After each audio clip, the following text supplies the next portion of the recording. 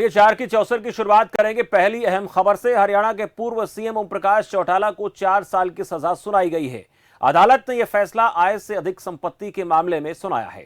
तो दिल्ली की अदालत ने हरियाणा के पूर्व सीएम पर 50 लाख का जुर्माना भी लगाया है। इसके साथ ही उनकी 4 संपत्तियां अटैच की जाएंगी। फैसले के मुताबिक हैली रोड, गुरुग्राम जनप्रतिनिधि, पंचकुला और असोला स्थित ओपी चौटाला की संपत्तियां जब्त की जाएंगी। और इसके अलावा अदालत ने 5 लाख रुपए सीबीआई को देने के लिए भी कहा है। अगर वो जुर्माना उन्हें नहीं देते तो उन्हें 6 महीने और सजा काटनी होगी। तो साल 2008 में ओपी चौटाला और 53 अन्य पर साल 1999 से साल 2000 तक राज्य में 3206 जूनियर बेसिक प्रशिक्षित शिक्षकों की नियुक्ति के मामले में घोटाले के आरोप लगाए गए थे।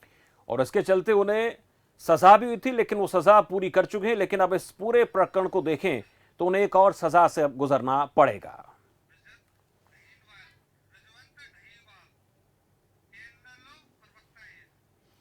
इंडियन नेशनल लोकदल प्रवक्ता रजवंत दहीनवाल इस वक्त हमारे साथ जुड़े हैं, उनसे बातचीत करेंगे। दहीनवाल साहब, स्वागत है आपका। जी धन्यवाद। रजवंत दहीनवाल साहब, आज सजा का ऐलान हुआ है ओपी चौटाला के लिए, और हरियाणा की सियासत में अगर देखें तो उनसे उम्रदराज कोई सियासतदान इस वक्त नहीं है, और ऊपर से स्वास्थ्य के लिहाज से देखें तो भी उनका स्वास्थ्य बहुत ज़्यादा ठीक नहीं है। कई बीमारियों से वो इस वक्त गुजर रहे हैं। पर ये जो 4 साल की सज़ा उन्हें सुनाई गई है, अब इसके लिए इंडियन नेशनल लोकदल का रुख क्या रहने वाला है, और साथ साथ ये भी समझना चाहेंगे इससे असर क्या पड़ेगा कार्यकर्ताओं के मनोबल पर। देखिए, भविष्य जी बोल रहे हैं, शमशेर जी बोल रहे हैं? जी, शमशेर बात कर रहा हूँ। जी शमशेर जी नमस्कार। नमस्कार। शमशेर जी, सबसे पहले तो बात ये आती है कि कार्यकर्ताओं का देखो, एक कोई भी अगर पार्टी का शीर्ष नेतृत्व है और अगर उसको कोई दिक्कत आ जाती है तो निश्चित तौर पर कार्यकर्ताओं का मन दुखी होता है। लेकिन इसके साथ साथ उन कार्यकर्ताओं की जिम्मेदारी भी बढ़ जाती है। जो कार्यकर्ता आज इंडियन नेशनल लोकदल पार्टी से जुड़े हुए हैं, उनको अपनी जिम्मेदारी जो उनकी पहली जो दी हुई थी उससे बढ़कर उनको काम करने के बनना पड़ेगा।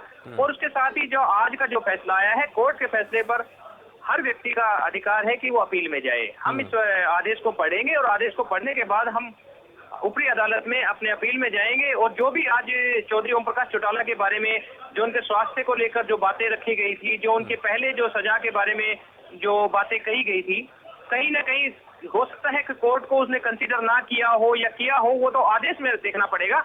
लेकिन उन तथ्यों के आधार पर हम हाई कोर्ट अपील में भी जाएंगे और वहां पे निश्चित तौर पर हमें इस चीज के लिए राहत मिलेगी। जी, लेकिन दहीनवाल साहब, एक जरा बात और समझना चाहेंगे। आप लोगों ने जो पैरवी की, उस पैरवी में कहीं कोई कमी रह गई थी क्या? कोई कमजोर पक्ष ऐसा रह गया था क्या? क्योंकि अक्सर देखा जाता है कि इतनी उम्र के व्यक्ति के लिए इस प्रकार की सजा, और पहले कोई व्यक्ति इतनी सजा पहले काट चुका, 10 साल की सजा वो काट चुके हैं, तो कहीं कोई कमजोर पक्ष ऐसा रहा था क्या? उसको लेकर क्या कहना चाहेंगे? कोई कमी बेसी ऐसी नजर आई? निश्चित तौर पर ऐसा हम कह सकते हैं कि कोई भी चीज है, जो वकील अगर अपनी बात कोई रखता है, हो सकता है वो अपनी बात को अच्छी तरह से ना समझा पाए हो, या हो सकता है जज साहब ने उसको कंसीडर ना किया हो। न्यायालय के ऊपर डिपेंड करता है ये चीज, वो किस चीज को कंसीडर करे, किस चीज को कंसीडर ना करे। लेकिन इसके लिए अगर हम हायर अथॉरिटी में जाएंगे, अपील के लिए जाएंगे, तो वहां पर निश्चित तौर पर हम अपने पक्ष को दोबारा से रखेंगे। और उसमें कहाँ कमी रहेगी, जो आदेश आएगा उस आदेश के अनुसार ही हम कार्रवाई करेंगे। वो जो आदेश आएगा उसको पढ़कर उसमें क्या खामियां रह गई, कहाँ पे हमारी कमी रही है, उसका एक बार हम पढ़कर और अपना अगला जो डिसीजन है वो लेंगे। ठीक है, आप बने रहे मेरे साथ। इस बीच धर्मवीर ढींढसा भी मेरे साथ जुड़े हुए, उनसे जरा बातचीत करेंगे। अधिवक्ता पंजाब हरियाणा हाई कोर्ट से, उनसे भी जरा बातचीत करना चाहेंगे। ढींढसा साहब, जरा बताएं कि ओपी चौटाला साहब को जो सजा इस वक्त हुई 4 साल की, इनमें इनके लिए किस तरीके के प्रावधान थे? इससे कम सजा का कोई प्रावधान था क्या, या फिर इससे कम हो नहीं सकती थी? दूसरा ये कि अभी हाईकोर्ट में जो विकल्प है, इसके अलावा और भी विकल्प इंडियन नेशनल लोकदल के सामने हैं।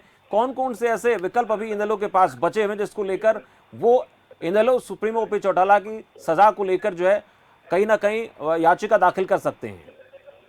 शमशेर जी धन्यवाद। देखिए, जहां तक ओम प्रकाश चौटाला का सवाल है, उसके 2 आयामों में हम इस फैसले को 2 कसौटियों पर देख सकते हैं। पहला कानूनी पहलू और दूसरा जो राजनीतिक प्रभाव इंडियन नेशनल लोकदल और हरियाणा में जो राजनीति है उसके ऊपर पड़ेगा।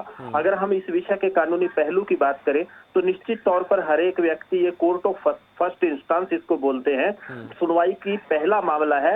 इसके आगे उनके पास हाई कोर्ट में अपील का विकल्प खुला है। जहां तक सवाल सजा का है, देखिए मामले की संगीनता को देखते हुए उस मामले के सभी पहलुओं को विचार करते हुए न्यायालय जो फैसला करता है उसके पास एक डिस्क्रिशन होती है कि वो मिनिमम सजा और मैक्सिमम सजा। देखिए, जो पहले जैसे जेबीटी भर्ती घोटाले का मामला अगर मैं बात करूं, उसमें जब ओम प्रकाश चौटाला को सजा हुई, उसमें ऐसी धाराओं में अनेक लोगों को 3 साल तक की सजा ज्यादातर हुई, लेकिन चौटाला को 10 साल की, क्योंकि जब न्यायालय ने उस फैसले की व्याख्या की कि जिनके ऊपर जिम्मेवारी सीधे तौर पर थी प्रदेश में व्यवस्था बनाए रखने की, और जब राजा और राजशाही नहीं है और जो सीधे तौर पर दायित्व बनता है मुख्यमंत्री का, उन आधारों को उनके माध्यम से वो सजा उनको 10 साल तक की उसमें दी गई थी। इसी तरह मौजूदा जो मामला है उसमें भी सीधे तौर पर जहां एक बड़ा मामला जिस देश में भ्रष्टाचार को लेकर हो, आय से अधिक संपत्ति को लेकर हो, तो वहां निश्चित तौर पर कोर्ट सभी पहलुओं पर विचार करने के बाद ये जो फैसला करता है वो उनको उन तथ्यों के मद्देनजर करता है।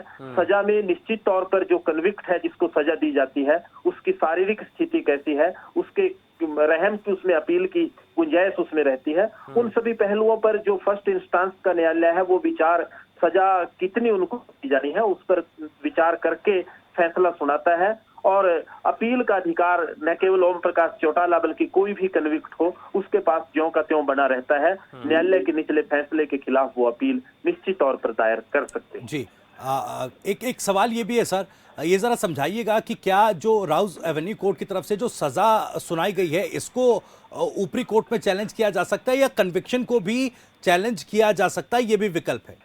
हाँ, वो देखिए विकल्प दोनों उनके पास रहते हैं कि वो कन्विक्शन स्टे के लिए जा सकते हैं जिसमें ये जो पूरी उनको सजा हुई है, जैसे कई बार चुनाव लड़ने वाले लोग जो होते हैं वो कन्विक्शन स्टे के लिए ज्यादातर अपील करते हैं। और सस्पेंशन ऑफ सेंटेंस एक अलग चीज है कि वो अपील दायर करेंगे, अपील के सुनवाई के दौरान उनकी जो ये सजा है इस पे स्टे लगाई जाए, इसको रोक लगाई जाए और उस दौरान वो जेल में उनको जाने की जरूरत नहीं होती।